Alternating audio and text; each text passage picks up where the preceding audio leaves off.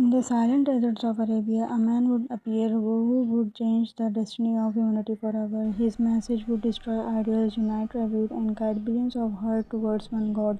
This is the story of Prophet Muhammad, the final messenger of Islam. Over 14 years ago, the world was drawing in arrogance, injustice, and tribal wars. In the city of Mecca, among the tribe of Quraysh, a child was born who would bring light of the world. His name was Muhammad, the final prophet sent by Allah. In the year known as the Year of the Elephant, Prophet Muhammad was born in Mecca. Orphaned at the young age, he was raised by his grandfather Abu Muttalib and later by his uncle Abu Talib. Even before prophethood, the people of Mecca called him al-Amin, the trustworthy.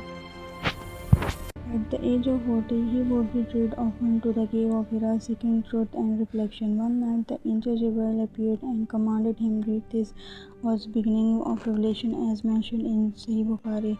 With trembling heart, Hazrat Muhammad returned home carrying the first message of Quran. When he began preaching the message of one God, the leader of Quraysh strongly opposed him. Muslims were persecuted, tortured, and boycotted for years. Yet Prophet Muhammad remained patient, calling people towards mercy, justice, and faith. In 622, Allah commanded the Prophet to migrate from Mecca to Medina, an event known as the Hijrah. In Medina, he established a just society built on faith, brotherhood, and law. Within a few years, Islam spread across Arabia, transforming the region forever.